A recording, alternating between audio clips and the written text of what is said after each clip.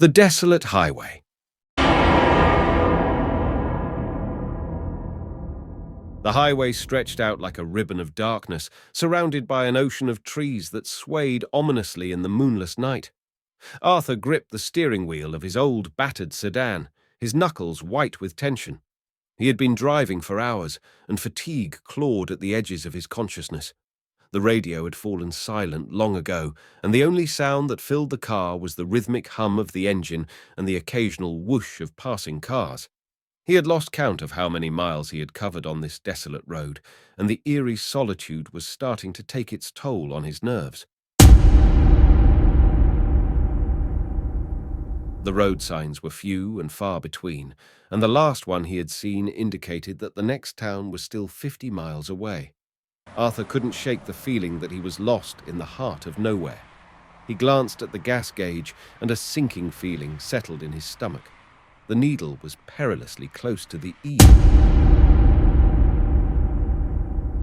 He considered pulling over at the next gas station he came across, but there was no guarantee he would find one anytime soon. With a sigh, he continued to drive, hoping that luck would be on his side. As the minutes turned into hours, the darkness outside deepened.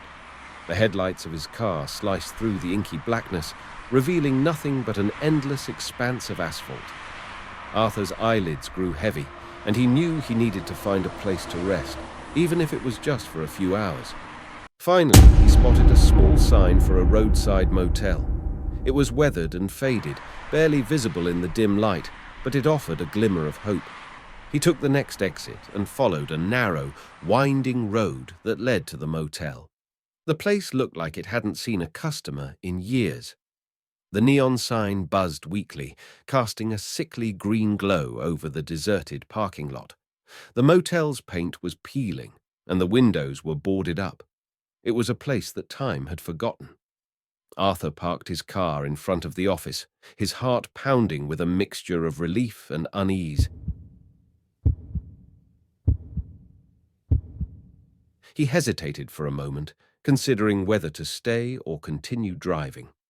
But exhaustion won out, and he stepped out of the car, the gravel crunching beneath his feet. The motel's office was a dimly lit room cluttered with dusty knickknacks and faded posters from a bygone era. A bell above the door tinkled as Arthur entered, and a frail, elderly man behind the counter looked up from a tattered newspaper. "Can I help you?" The man asked, his voice raspy and thin. "I need a room for the night," Arthur replied, trying to hide the unease he felt. The old man nodded slowly and handed him a tarnished key with a plastic tag that read, "Room 13. "Just down the hall, last door on the left," he said. Arthur paid in cash and made his way to his room, the hallway dimly lit by a flickering fluorescent light. The air inside the room was musty and stale, and the bedspread was faded and threadbare. Arthur didn't care. All he wanted was a few hours of sleep. He locked the door behind him, but he couldn't shake the feeling that he was being watched. The curtains were drawn, but the faint glow from the neon sign outside cast eerie shadows on the walls. He turned off the lights and crawled into bed, closing his eyes in the hope of finding some rest. But sleep did not come easily. The hours dragged on, and Arthur tossed and turned, plagued by restless dreams.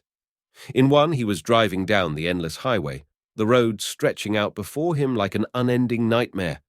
In another, he was trapped in a dark, suffocating tunnel with no way out. Sometime in the early hours of the morning, Arthur was jolted awake by a noise outside his window. It was a faint, rhythmic tapping that seemed to be coming from the room next door. He lay there, listening in the darkness, trying to make sense of the sound. Tap, tap, tap. It was steady and methodical, like someone tapping their fingernails against a hard surface. Arthur's curiosity got the better of him, and he got out of bed, quietly making his way to the window. He pulled back the curtain just a fraction and peered outside. What he saw made his blood run cold. In the dim light, he could see a figure standing by the window of the room next door.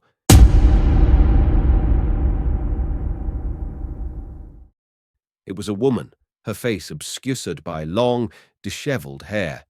Tap, tap, tap. She was tapping on the window with her bony fingers, her eyes fixed on Arthur's. He stumbled back from the window in terror, his heart pounding in his chest.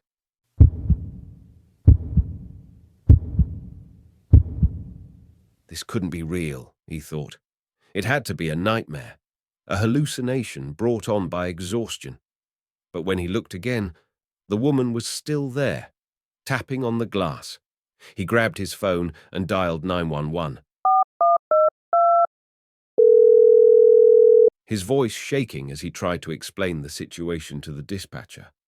She assured him that help was on the way and instructed him to stay in his room and lock the door. As he waited for the police to arrive, the tapping continued, growing louder and more frantic. The woman's eyes never left his, and he could see a twisted, malevolent grin on her face. Minutes felt like hours as he waited in the darkness, praying for the police to arrive. Finally, he heard the sound of sirens approaching.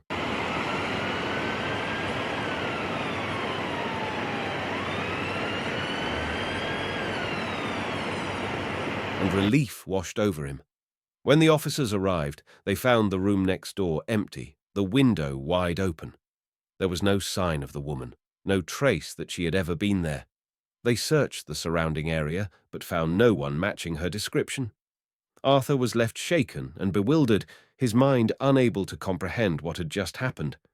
He checked out of the motel immediately, leaving behind the room with the faded bedspread and the sinister tapping.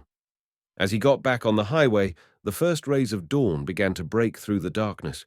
The events of the night seemed like a distant nightmare, a haunting memory that would never truly fade. But as he drove on, he couldn't shake the feeling that he was being watched, that the tapping woman was still out there somewhere, waiting for him on the desolate highway. And as the miles stretched out before him, he couldn't help but wonder if he had escaped something far more sinister than he could ever imagine.